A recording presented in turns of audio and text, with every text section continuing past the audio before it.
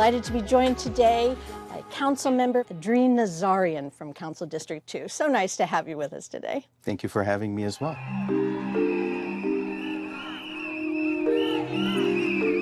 There are a lot of immigration issues taking place in our world at large, but from your vantage point, how are you helping those in your community that have fear, concern, that maybe something is a little precarious right now?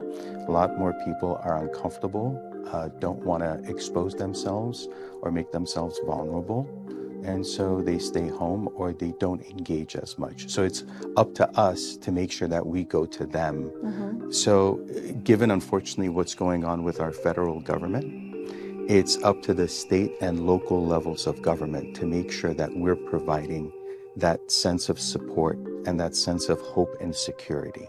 What are some of the specifics that people can rely on your office for? So specifically, what we've been doing is running programs of Know Your Rights. We've been doing it through Zoom meetings so that we allow folks to do it from the comfort of the space that they're in. We have a Government at Your Doorstep program.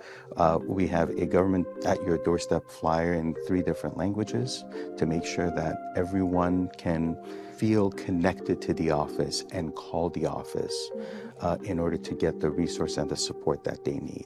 We run multiple different types of primarily educational programs to let folks know about the resources available to them, to know about legal guidance if they need it, to know about support for if they're falling short on funds or food or any other insecurities that are born out of the current circumstance, and pair them up with either nonprofit organizations that provide the support or see what we can do to fill in the gaps. Okay, there's also something interesting happening, which I wasn't even aware of. Corporate home consolidation. What is that exactly?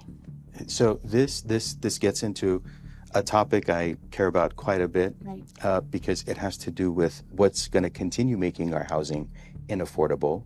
Los Angeles started to not build enough housing. We're building maybe about a third of the units that we used to build many years ago, 30 years ago. Now, you compare that to the population growth, that's continuing to go on a increasing trajectory.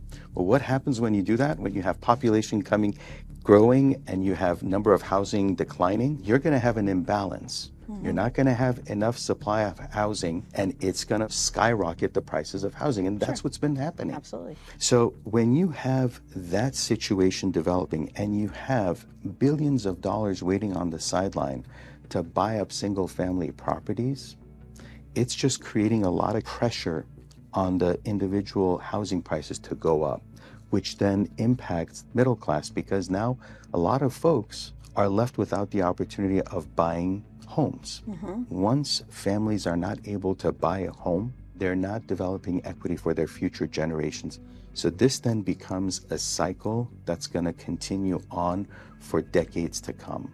Can you restrict who purchases a property or not based on whether it's an individual or a corporation? This is an issue that I've taken on very seriously. It was the first measure that I introduced to figure out a way of curbing the ability of corporate takeover of single-family properties. The goal was to make sure that we're keeping single-family properties in the hands of individuals so that they can be able to build and develop equity for their families and for future generations.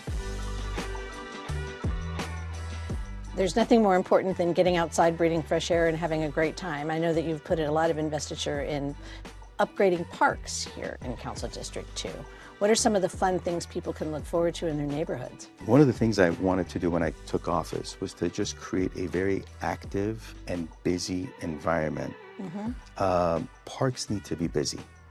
Parks need to be full of life. The whole idea of the Department of Recreation and Parks is to make sure that people are engaged in recreational activities. And the busier you make parks, the more people are getting out and getting to meet their neighbors. And the safer the places become because there's more eyes on our children, on our kids. So I believe in making sure that it's multi-generational and it's also a busy environment. We've already opened 2 different parks in the area. to make sure that there's a lot of activity going on. We're turning small patches into pocket parks so that it's a place for folks to be able to congregate.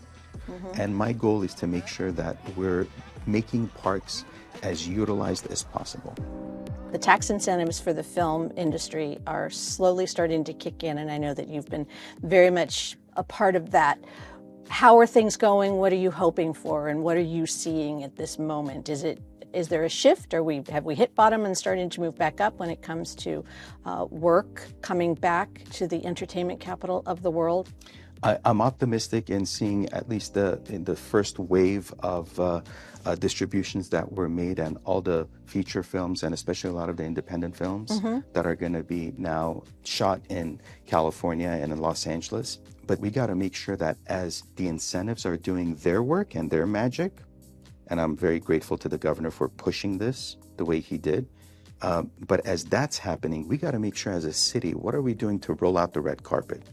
And to make sure that smaller productions aren't finding it difficult or onerous to work with the city, to work with Film LA, to work with the different departments and agencies.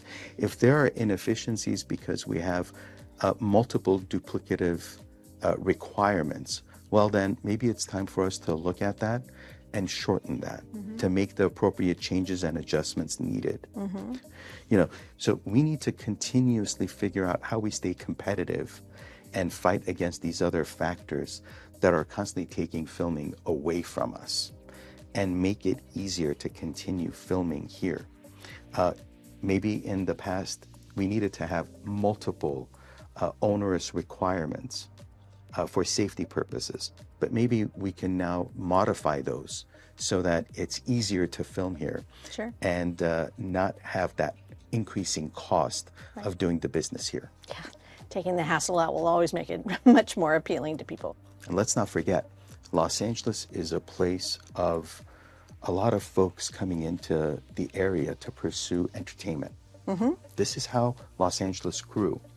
If we're going to make it difficult for people to come in, we're going to forego on the opportunity of having the talent that came with these individuals. Not just the talent of performing, but also the talent of wanting to leave the comfort of their family in another state, hundreds of miles away, maybe in another country, to pursue the dream. Because even if they end up not being in the industry, that raw talent is what puts us ahead of everybody else, because those are the attributes, that character, that strengthen the area, that allowed us to have people with grit and perseverance. I hear a lot of hope and promise in everything that you've been saying. What do you love best about being a council member right now? Being able to make an impact. That's the goal of this. You want to make an impact. You want to make things, obviously you want to make things better off than when you took the role.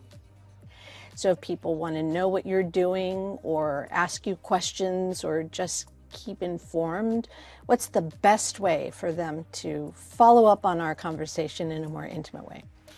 Multiple ways. They can, first of all, call our office, traditional way. Or they can follow us on one of our handles. Instagram handle is CD2 Los Angeles. Or they can go to our website at LA City and be able to follow us as well.